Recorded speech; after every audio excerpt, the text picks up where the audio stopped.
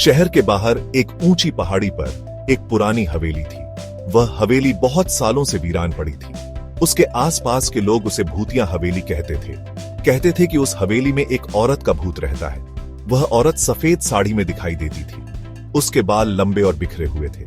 उसकी आंखें लाल होती थीं। लोगों का कहना था कि जो भी उस हवेली में गया वह कभी वापस नहीं आया। हवेली के आसपास हमेशा एक अजीब सी खामोशी छाई रहती थी। पेड़ों की सूखी टहनियां हवा में इधर उधर हिलती रहती थीं। उनकी आवाज से ऐसा लगता था जैसे कोई भूत चीख रहा हो।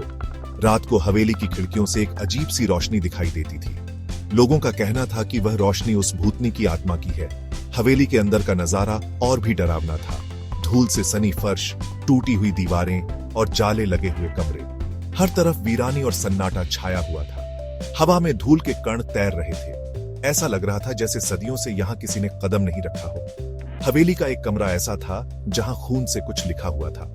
किसी को नहीं पता था कि वह खून किसका था और उसने क्या लिखा था। बस इतना पता था कि वह कमरा हवेली का सबसे डरावना कमरा था। कोई भी उस कमरे में जाने की हिम्मत नहीं करता था। एक दिन 4 दोस्तों ने उस भूतिया हवेली में जाने का फैसला किया। उनके नाम थे अमित, सुनील, राहुल और प्रिया। अमित सबसे बहादुर था। उसे भूतों पर बिल्कुल भी यकीन नहीं था। सुनील थोड़ा डरपोक था, लेकिन वह अमित को खुश रखना चाहता था। राहुल बहुत उत्सुक था। वह चाहता था कि उसे कोई अलौकिक शक्ति देखने को मिले। प्रिया सबसे समझदार थी। वह हवेली में जाने के खिलाफ थी, लेकिन दोस्तों के कहने पर उसे मानना पड़ा। यार, यह हवेली तो सचमुच बहुत डरावनी है, सुनील ने कहा। तुम्हें यकीन है कि हमें यहां आना चाहिए? अरे यार, डरो मत, अमित ने कहा। भूत प्रेत जैसी कोई चीज नहीं होती। यह सब अंधविश्वास है। लेकिन लोगों ने जो देखा है उसके बारे में क्या? राहुल ने पूछा। वह सफेद साड़ी वाली औरत? अरे वह सब बकवास है, अमित ने कहा। कोई औरत नहीं है। चलो अंदर चलते हैं, प्रिया ने कहा। मुझे तो कुछ अच्छा नहीं लग रहा। प्लीज चलो यहाँ से चले जाते हैं। अरे यार, तुम भी डर गई, अमित ने कहा। चलो चलो अंदर चलते हैं। चारों दोस्त हवेली के अंदर दाखिल हुए। अंदर का माहौल और भी डरावना था। हर तरफ सन्नाटा पसरा हुआ था। केवल उनकी सांसों की आवाज सुनाई दे रही थी।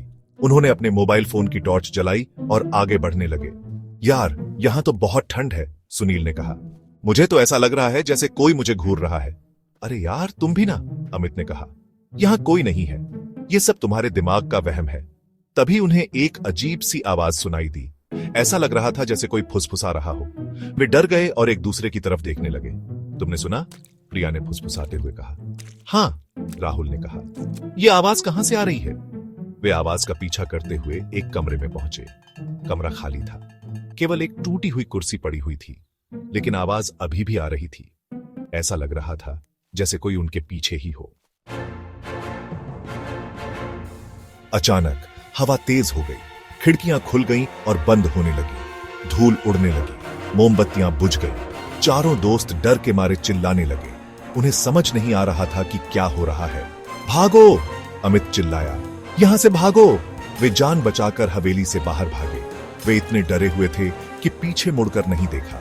वे दौड़ते रहे जब तक कि वे हवेली से बहुत दूर नहीं पहुंच गए। जब वे घर पहुंचे तो वे बहुत डरे हुए थे। उन्होंने अपने अनुभव के बारे में किसी को नहीं बताया। उन्हें डर था कि कोई उनकी बात पर यकीन नहीं करेगा। लेकिन उस रात के बाद से वे फिर कभी उस हवेली के पास नहीं गए। उन्हें हमेशा उस भूतिया हवेली का डर सताता रहा।